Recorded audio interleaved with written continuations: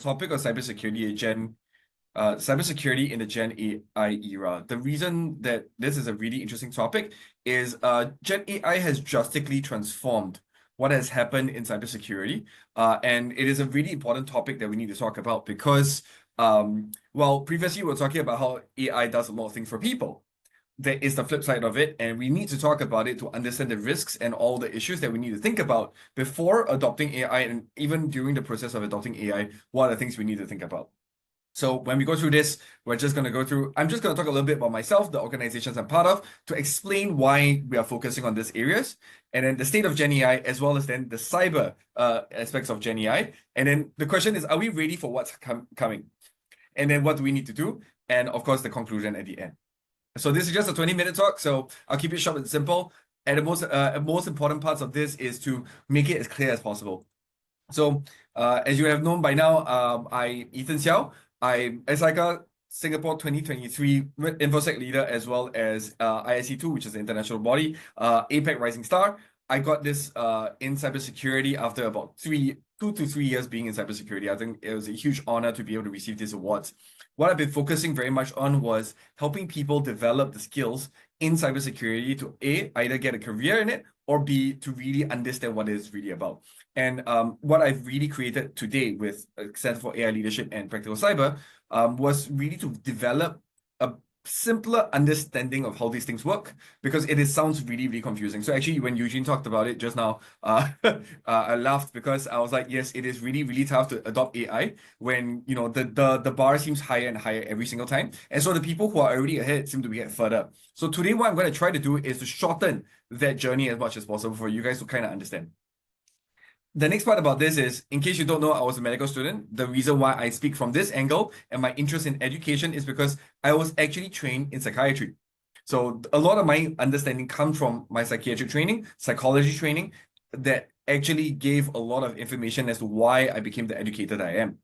Another part about this, I created a number of different businesses along the way. Pulse of Music was my first music business, and I created an event space. Then I went to a culture consultancy company and developed even something for a training and development company for the culture, called The Office Matters Tom, right? So, and at the same time, if you see, I've actually traveled all around the world. I regularly perform. Last night, I just performed for an Elvis Presley tribute because January 8th was his 90th birthday, in case you guys didn't know. So, I do a lot of different things. And that gave me that kind of diverse perspectives to be able to work with different types of people, to be able to understand the different situations that we're having right now. So part of this is also I had a privilege. So when I'm seeking here, I'm not the expert in my mind most of the time. I work with some of the top experts around me. So when I talk about this, the Center for AI Leadership is I have ex-Meta Engineering Director, Business Engineering Director, and ex-Meta Partner Engineering Manager as my partners and co-founders in Center for AI Leadership. With my training company, I'm one of the top salesperson and one of the best entrepreneurs I've ever met. And then in my practical cyber side, I've worked with really, really big heavyweights who are from the industry as well. So a lot of the knowledge that I'm sharing with you today is not just me. It is a lot of consultation, a lot of discussions, a lot of support within the community and learning all together. I bring in the education and psychology element, and that's actually how I talk about things today.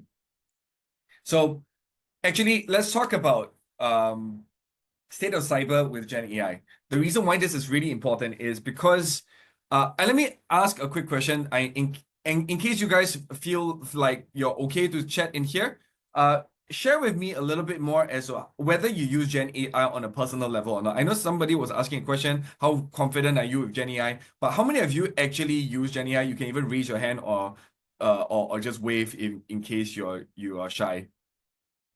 If I can just have a general out. One, okay. Anyone else?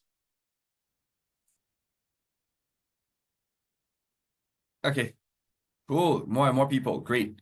So I'm pretty sure you guys are familiar with a chatbot or chat box format in which we take on a Gen AI, right? Which is you just type something into it, it turns out the answer for you. Let me ask you one question. How often does it come up where it gives you the same answer 2 times? Never, right? If you think about it, right? One of the major reasons why Gen AI has not been actively adopted within organizations is because in companies, in order for us to adopt a technology, We require, I press A, it comes out B, right? That's one of the major things that we want to see. If you actually use a chat box of Gen AI, ChatGPT, or your Llama, or your Claude, or any of the Meta AI, or any of these things, you realize that every time you ask the same question, it gives you a different answer. Now that creates an issue. However, the scary part about this in cybersecurity is that it is not an issue for the attackers. Let's start with that. Now, with open source Llama models, which is actually anybody can download and run it on their own computers, or the Chinese model called DeepSeek, which runs at even leaner capabilities, that's able to produce code today, we're actually seeing increased cyber attacks because of the fact that now Gen AI is very easy to use. Almost everybody can have access to it. If you actually follow GitHub and any of you are into software, you realize that there are about 1,000 different flavors of Llama and another 1,000 flavors of DeepSeek by today. The reason is because each of them would add on new data, train the model, give it out to other people. What happens is that on the dark web, a lot of these attackers are actually taking this information, taking this technology, and then using it to attack people. So what happens is that the malware is getting more and more sophisticated. In case you don't know, very often now, some of the malware contains ChatGPT tokens. What this means is that after they enter your system, they'll call out to ChatGPT to create new code to attack you the next round. And then you'll call out to ChatGPT again and then attack you the next round. So there's a lot of sophistication within the world of cybersecurity when it comes to attackers coming in with ChatGPT tokens, Claude tokens to be able to utilize in the networks. So, and then not only that, last time we could actually tell a scam email just by the English they speak with. You know, the Nigerian prince is looking for somebody to take over his money. And usually it's bad English that usually we can identify these issues. Rather, today it's almost coming with perfect English. So very often they can even personalize it to the person that you are and with background stories of who you are. The reason is because Gen AI has made it really easy to research and to create materials around you. Now, that's one side of it. There's an interesting story, actually, which is cyber job losses. So Microsoft just recently laid off a good half of their cybersecurity workforce. So it's kind of doom and gloom looking. No worries, I have hopeful stuff later on. But right now is, as we're expecting cybersecurity, Gen AI to replace a lot of roles, people have been losing their roles in jobs in cybersecurity because of Gen AI. So when we talk about this, is because a lot of the entry-level roles are now replaced by Gen AI. We can just simply replace it because a lot of times it's just gathering data, doing research, something that Gen AI does really a great job of, right? So that's one of the major work that is really powerful in Gen AI. Another part about this is that a lot of people are not given the AI skill sets. One of the biggest struggles that we face today in cybersecurity is that Gen AI is actually a foreign concept for most of the practitioners. Yes, a lot of us are in technology. Yes, a lot of us know coding and all these kind of things. But actually, LLMs and Gen AI is completely foreign to even a lot of software engineers I know. In fact, I have a lot of conversations with software engineers who have never used Claude or ChatGPT or whatever for coding because they feel like it takes away their job. But what happens is that this becomes a problem, especially when it comes to job proficiencies, because now, I'll talk about this later on of what Google has done. Now, Gen AI is almost indispensable in software engineering and in the future, cybersecurity. And this is really, really important for us to know. Another major factor about this is technology is evolving so fast. What happens is that a lot of people who adopt really, really fast. So this is a balancing point from a lot of people saying, hey, we need to adopt fast. Here's the balancing point.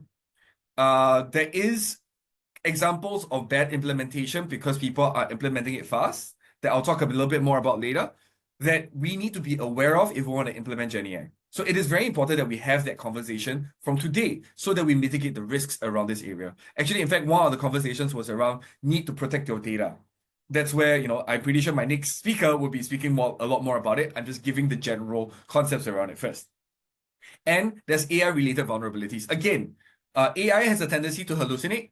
And I say this as a person whose co-founder has created a fake website that is able to trick all Gen AIs to believe that it is true. And they were funded by Andreessen Horowitz. So it is really, really interesting to be able to develop all these different technologies and realize that there's a lot of vulnerabilities as we're adopting this. We need to keep this in mind because it creates cybersecurity issues as well as a lot of scams and a lot of social engineering issues.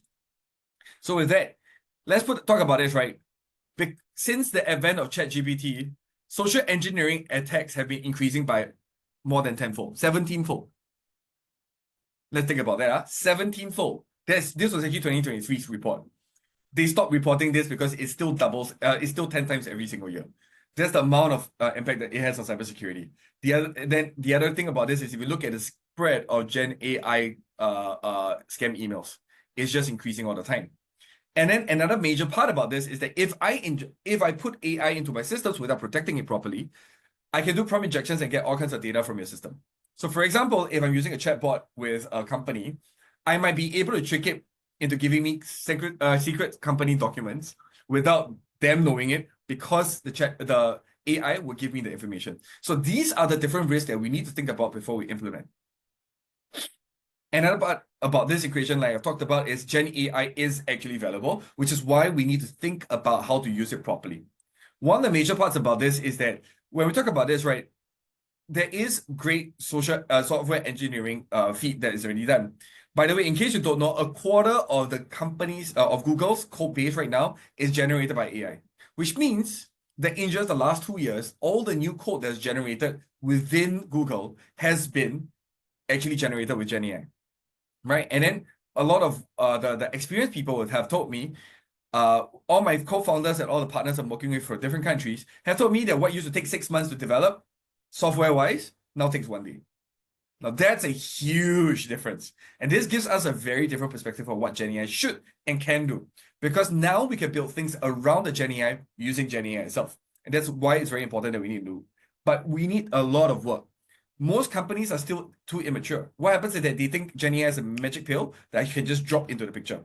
One of the major talks by Gartner, which is one of the biggest proponents of Gen AI actually, is saying that your use case is just as important as adopting Gen AI. That means you need to know where you're using it, how you're using it, and understand the overall picture. That's why you need the right people with the right data and the will to classify all the information to develop the data to make it happen. And that's why Gen AI is here to stay. You just have to do it right. And if you do it right, you can stay on top of everyone else. This is why you need to know the doom and gloom. Because when you know all the issues that comes with Gen AI, including cybersecurity issues, including scams, including all these things, you can start knowing what to protect. But giant AI adoption is very hard. In case you guys don't know, the Rand Corporation article came out. More than 80% of organizations, including MNCs, have failed in their Gen AI adoption in the last 2 years. So remember that, right? One of the major reasons why this is the case is because stakeholders misunderstand or miscommunicate what the problems that can and should be solved by Gen AI. And secondly, is because they lack the necessary data. And then if you look at what happens on 3 to 5, is your technology is not ready. Your organization doesn't have adequate infrastructure. And the last but not least is the technology might not be applicable to the thing that you're trying to solve. So these are all the misunderstandings that we have throughout the situation, which is why it is important that we need to recognize, okay, it is not easy. It is a powerful tool. It can change your business. It can change everything that you do. But you have to understand what you're dealing with in order for you to do this right. So as an overall thing, I go back to this. Are we ready to handle this? So attackers are better at using AI than we are. Why? Because they don't need 99.9999% efficiency and effectiveness. They can just use it and try to scam us. If it doesn't work, doesn't matter. Throw away, we can go to the next person. It's easier to be an attacker today in cybersecurity than it is to be a defender because of Gen AI. And that's one of the biggest issues that we see. And a lot of companies are preemptively firing people rather than solving the talent gap first. So rather than developing the talents within the organizations, whether it's Microsoft or all these kind of big firms, they are firing very quickly. They're letting go of a lot of stuff because they're expecting Gen AI to replace the work rather than let Gen AI replace the work before they move the things. We need to be fully aware. This also means that we have the opportunity to hire good people who have been fired by the organizations. So we also have a flood of great talent into the market, but we have to be very, very clear about what this is. And third, which is actually a really important point, is most of the tools are not ready yet. Right now, most of the LLMs or Gen AI is functioning on the level of a chatbot. You're never going to be able to utilize it to a maximum value if you use it as purely a chatbot. So this is why it's very important that we need that. Because again, organizations only start really working with software that has 99.999% reliability. And that's something really important. but not all hope is lost. The technology is world changing. We're really early to the cycle. It's like the internet. There was an internet boom, 2000, it went down, but internet was here to stay. We're all online today, thanks to that boom. And we have to be very clear about it. We're just early. It's not that it's not a great technology. And cybersecurity has been badly impacted by the bad adoption and what we can do about it. So one of the major things about this, by the way, this QR code, in case you guys are interested, we're running an AI bootcamp. This is for software engineers, it's not for you guys, but it gives you an idea of what we're trying to do to solve this problem. First up is build the software engineers who can build the tools, right? So understand Gen AI, develop critical thinking, and last but not least, don't believe everything that you see. One of the major things is we need to understand Gen AI and how it works. You need to know that it's a probability machine, which means that when it gives you an answer, it could be hallucinating, it could be giving you wrong information, it might be giving you irrelevant information. You need to understand how to utilize it, work with it, use your English to your best extent to work with it. Secondly, develop critical thinking. This is where I'll quote Eugene Seow on his talk just now about the education system in Singapore. We can't really talk about critical thinking without talking about education system is currently lacking in that area. But it is absolutely important with Gen AI that we develop a new generation of people with critical thinking.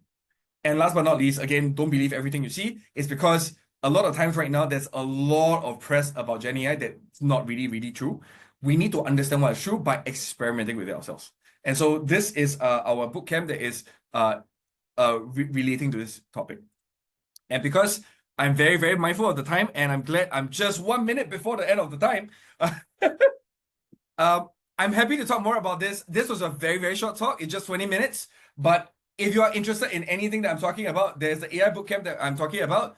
Again, you don't have to sign up. It's just to give you information. I have a book on how to make cybersecurity practical for you. In case you're interested, feel free to just sign up because the closed beta is open source. It's free for people to read. I just wanted to get you guys to know a little bit more about what's going on. And last but not least, here's my LinkedIn QR code. And thank you. And I'll hold it back to hand it back to you, Laika. Okay, thank you so much, Ethan, for the very quick but very insightful session. Actually, it is very scary as well. As you said, that it can create like more threats with the Gen AI that is right now. Everybody uses it, but also it's easier to be the attacker than to be the defender. So thank you so much for this session. We're so grateful for the knowledge and that you shared with us today. And please give Ethan another virtual applause for his session. Thank you so much. Do sign up for his class as well, and also the book as well. And we will share you with Ethan and other participants presentation after this webinar ends today. Okay, we will now